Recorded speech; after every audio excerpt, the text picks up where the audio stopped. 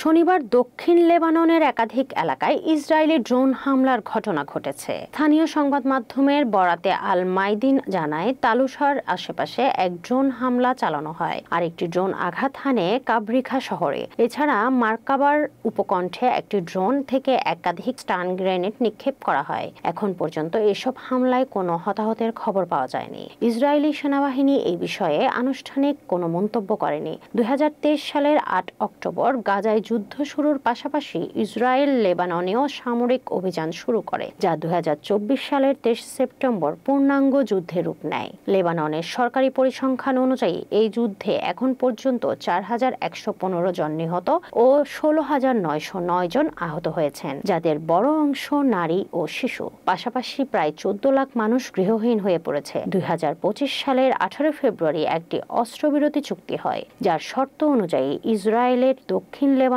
থেকে সম্পূর্ণ প্রত্যাহার করার কথা। তবে ইসরায়েল এখনো 5টি গুরুত্বপূর্ণ অবস্থান বজায় রেখেছে এবং আংশিক সেনা প্রত্যাহার করেছে। যুদ্ধবিরতির পর থেকে ইসরায়েল 3000-এরও বেশি বার চুক্তি লঙ্ঘন করেছে বলে জানা গেছে।